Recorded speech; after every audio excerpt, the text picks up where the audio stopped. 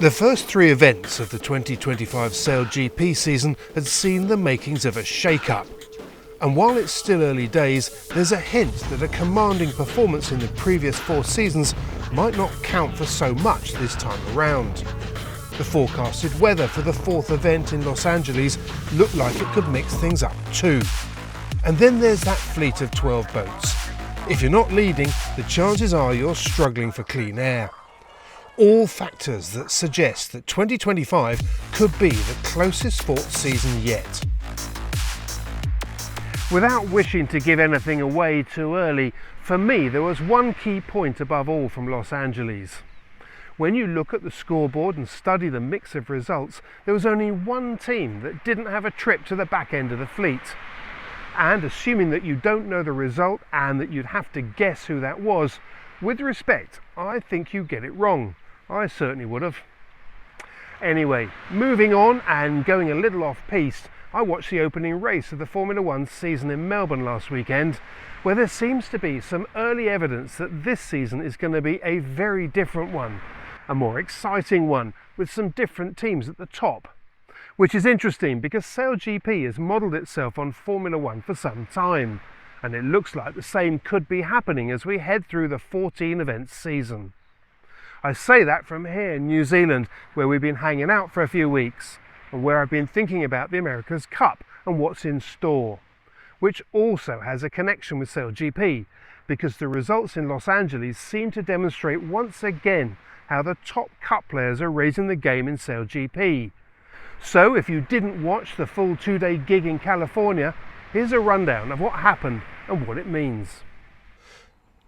The early concerns over the breeze proved to be unfounded because there was up to 19 knots, plenty to get the F50s up and foiling. The opening race saw the Kiwis take a convincing win, determined to shake off the disappointments of Auckland and Sydney. The Spanish and Canadians took second and third respectively, with the Brits in fourth. But if the event had hoped that this was to be the first one to see the full complement of 12 boats racing, it was to be disappointed, as the Danish team hit a mark and damaged a foil. This ruled them out for the rest of the weekend, and got them a bunch of penalty points. So once again, it was back to 11 boats. After that, Peter Burling's Kiwi team delivered another win, while Giles Scott's Canadian team pulled themselves up to second, with the British, led by Dylan Fletcher, scoring another fourth, just behind Tom Slingsby and the Australians in third.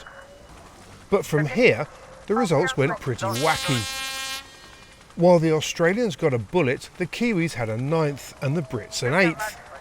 A team that was celebrating a change in fortunes, however, were the Brazilians, led by Martina Grail. They so very nearly won the third race, and while they had to settle for second, this was a huge boost for a team that knows it can deliver. After the fourth and final race of the day, the Kiwis had taken the lead, with the Canadians in second and the Australians in third, with France sliding into fourth, just 6 points separating the top four. In SailGP, on the opening day of an event that looked more like a helter-skelter ride at times, that's nothing. In fact, you'd almost say it was even Stevens at the top. Would have been nice to get a few more points in that third race, but yeah, I think I was really proud of the way the team fought and just kind of kept improving the way we were sailing the boat during the day. It definitely got harder as the breeze dropped off, just with all the turbulence of 12 boats on that super tight racetrack. But yeah, awesome to be leading after day one and looking forward to tomorrow. No, after that first race I thought, oh, this is going to be a long event.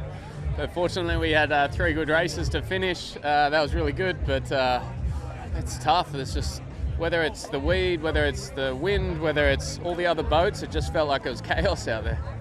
I think we were pretty disappointed at the end of the day to be, I think we're 6th overall, and just felt as though we left a lot of points on the table. Didn't start well enough and picked up our fair share of kelp out there. It was nice to get our first top 3, and having that second definitely leaves us with a little bit of a higher note for the day, because our first 2 races, I think there was a lot of inconsideration with the fleet and bad air, so I was striving to get better then. We've had a really good day today. We're 2nd overall, so it's certainly very, very positive. We had 3 awesome starts. But yeah, we gave up a few positions here and there. I think that for me, the third race was really the most frustrating one, where we were out in front, had a tricky moment at the top of the first upwind, and then quick as you like, we were back into the pack. So yeah, it was a very good day, but it could have been exceptional. The second day was a much lighter affair. In fact, so much so that crews were reduced from 6 to 4. This is always a challenge because the helms end up having to fly the boat as well as their flight controllers sit ashore. For the likes of Peter Burling and Tom Slingsby, they're used to it. For former Olympic fin sailor Giles Scott, this is new territory.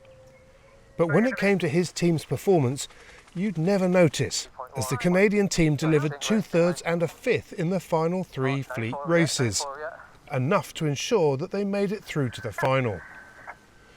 The Kiwis, meanwhile, logged a 2nd and a 4th to get through to the big one too. But while the Brits delivered a win in the 5th and 7th races, this was not enough to beat Tom Slingsby's Australian team into the 3-boat final. Up until this season, if you'd looked at the 3 finalists, you would have put the Australians on top. After all, time after time they seemed to pull the rabbit out of the hat and take the win. Plus, given the Kiwis' recent performances, and of course that very large prestigious trophy that they've won yet again, you'd have to put them up there too. But this season is different, and Los Angeles proved it. In the final, the Australians put themselves on the back foot by misjudging the start, and they never recovered. The Kiwis got the best start and led around the first mark and through the bottom gate. But falling off the foils on the upwind leg allowed the Canadians to take control. And from there, Giles Scott's team did a superb job to take their first SailGP event win. And when you look back at their results for the complete event with the benefit of hindsight, perhaps it now looks obvious. The Canadians were the only team to stay in the top half of the results. That's impressive. Oh, it's massive. I think, we sailed really well all weekend. Got off the water yesterday, 2nd overall, and we still felt really frustrated. We put it together today. It felt so frantic on board with 4 up sailing. It's not, I don't really feel like it's my forte, but we got through it, and got some nice splits in that final race, and it's massive for the team. We've got some new partners here, so it's really quite special to be able to put on a show for them. Greg's here as well, our owner. So this event was a perfect showcase for our team. It's great to lead at Mark 1 really comfortably. Felt like we made a few incorrect decisions around the racetrack. Definitely a few things I look back and kick myself on technically, and then we had that one big vent which kind of put them a long way in front. Real shame to let someone pass in a final when you lead at Mark 1. You should win those ones, but we'll learn a lot from it, and looking forward to not too much time to get back out there on the racetrack in San Francisco. Forgot how to start today, absolutely. Starts are a real problem for me today, just finding the gaps and getting to the line, and it was tough out there. And that final race was very frustrating.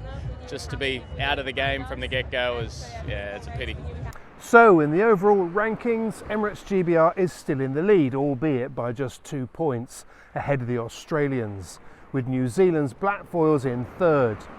And then with Spain in 4th, it's Canada, who are just 1 point behind in 5th.